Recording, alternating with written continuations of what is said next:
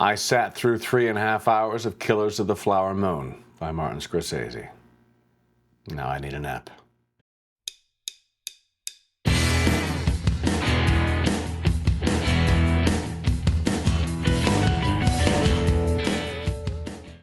Hi, thank you for tuning into the Tom Patelson Show. Yep. I saw Killers of the Flower Moon, directed by Martin Scorsese, starring Leonardo DiCaprio, Robert De Niro, and others.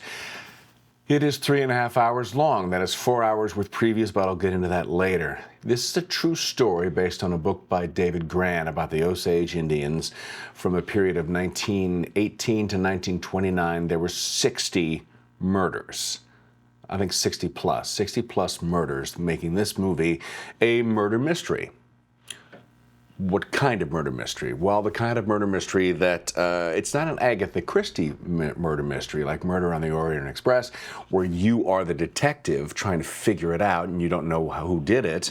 It's also not a murder mystery like Rear Window is, where you know who did it, but you might be in danger because now you're in fear of the killer itself. You're wondering about, you know who did it, but you can't tell anybody yet.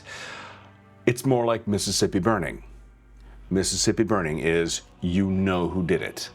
Now you're watching the heroes catch the people that did it. But that means the resolution of this story, how it resolves, is pretty unsatisfying. Spoiler alert, the light is red. Mute button on if you don't want to hear about the movie. I'll let you know when you can turn that back off. So Robert De Niro plays William Hale, and he is the bad guy in this, and you know it right off the bat. You know he's the bad guy. You can see it happening. There's no real mystery. 3.5 hours, you see immediately that this guy's a real piece of work, and he's just killing people to get the oil from the Indians, and he's using his nephew, played by Leonardo DiCaprio, to do it. But when they catch him, he goes to jail from 1929 to 1947. After 3.5 hours, you've really worked up a lot of anger for this, and you want it to be a satisfying ending when they catch him, and it just isn't. It just isn't, which makes it even more of a tragedy, because when it ends, at least you can say, well, at least they got the bad guy, but it doesn't feel like that. It doesn't feel like when the resolution happens, it doesn't feel very satisfying, is my major complaint of the resolution of the movie. And that'll be it for spoilers. Mute button off. Okay, done with spoilers. Leo's character. Leonardo DiCaprio's character in this movie, to quote Foghorn Leghorn, is as sharp as a sack of wet mice. He's a complete moron.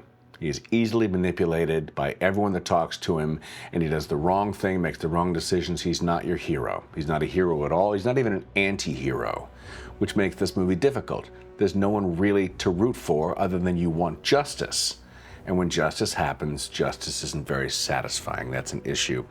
Leo's character has a slow speech. When he does this thing, he's got something in his mouth, like a brace or something to alter his jaw and everything. He's, gonna be doing a thing, and suppose that could be the thing, and it's 3.5 hours of that. The dialogue alone is really tough, and if the theater wasn't cold, I probably would have fallen asleep during some of it. Yeah, no hero, no anti-hero, not as satisfying. The time. We should talk about the time. Everyone's talking about whether or not we should bring back intermissions to movies. Because with 30 minutes of previews and 3.5 hours, I got the good seats at my theater where the legs pop up, and it's tilted back, the recliner chairs. I paid extra for that. And it was still hard. It's a long time, and this isn't an action-packed movie, There are lots of long, drawn-out scenes, and the dialogue is slow, and there were times when I was bored. There, I said it. There were absolutely times when I was just bored, and I wanted it to end. I'm like, catch the guys. When the FBI finally shows up, catch the guys. Or don't catch the guys, let me know what happens. Yeah, that was things. But about Martin Scorsese. He is one of my favorite directors. He's one of your favorite directors. He's one of our beloved directors. Everyone's got at least a couple of movies of his that he loves. I love Goodfellas as my number one. Absolutely. Love Goodfellas, Raging Bull, The Departed. Him, Spielberg, Quentin Tarantino, Ron Howard, I feel like I owe them. I feel like I owe them for the work that they've put forth so far, that I owe it to them to go see whatever they're doing. I feel an obligation to them. I do. For all the work that they've given, I'm not going to abandon them now and not see their movie. I'm going to go see their movie. If Martin Scorsese makes more movies, I will see more of them. If Clint Eastwood does another one, I will see that, despite Cry Macho being what it is. I owe him. I owe Clint Eastwood for Unforgiven. I owe him. I don't know if I feel that way about other directors or other musicians, that I'm going to be in for a penny, in for a pound. I do that when I talk about Star Trek, Star Wars, or any of the Marvel Universe things. I'm going to go see it. Not because I owe them, but because I love that kind of stuff. But with Scorsese, I did not want to see this movie, but I felt I owed him to see it. And it's a pretty masterful work as far as how it is shot, what I'm looking at, and how it is pieced together, and how you tell that kind of story. But it didn't hit with me on a lot of levels. It did not hit with me on so very many levels. Is it a good movie? I think you should go see it. I think you should see it. But maybe you should wait till it hits your couch, when you have the pause button. I love the pause button. Love it. I also love the food at my house more than I love the food at the theater. I love the bathroom breaks, all that kind of stuff. Yeah, go see it. Martin Scorsese. I might have to do an entire video of just Martin Scorsese movies.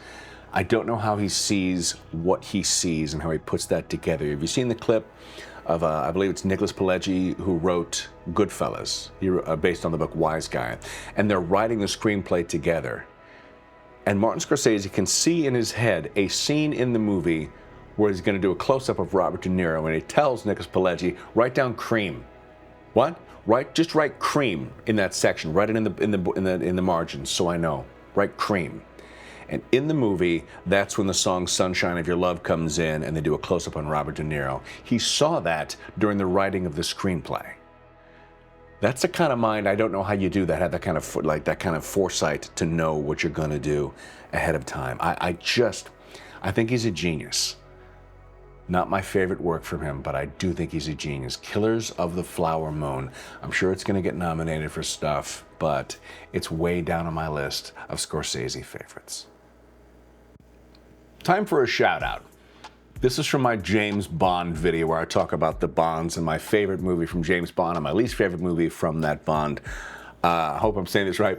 Pacodius says, Sean Connery will always be my favorite Bond, mainly because we share the same birthday. That's awesome. The first film I watched was Goldfinger, so it always holds a special place in my heart, but to be fair, no Bond has been bad. Agree with you. Goldfinger is great, mainly because of the DB5 and an odd job with the hat. I remember as a kid thinking, like, I could probably outrun that guy. Did you think that when you first saw that? You're like, he can't be very fast. He can't be very agile. Like, if I can get away from the hat, I'd probably outrun Oddjob. But seriously, Pacodius, agree with you. Sean Connery, great James Bond, and Goldfinger, oh hell yeah. That'll do it for this week for my review of Killers of the Flower Moon, directed by Martin Scorsese. I don't like coming on and doing reviews of things I didn't like. That's not, I don't want my channel to be that. I don't want to have you watch things and have me rip on them. I'd rather celebrate things that we love, celebrate the geeky, nerdy, pop culture, science fiction type things that I enjoy. I would rather come here and talk about that with you, because like I said, I owe Martin Scorsese. I owe him for the beautiful things that he has done. But not my favorite movie. You know what I'm gonna start doing? I'm gonna start doing retro reviews of movies that I've seen hundreds of times and talk about why I like them. I'm not gonna fill up my channel with that, but I'm absolutely gonna start doing that. What are your favorites? What do you think I should review that we've already seen, that we can love, that we can enjoy and relish in our nerddom, in our geekdom? Let me know in the comments. Till I see you next time, as always, peace, love, live long and prosper. And I mean it.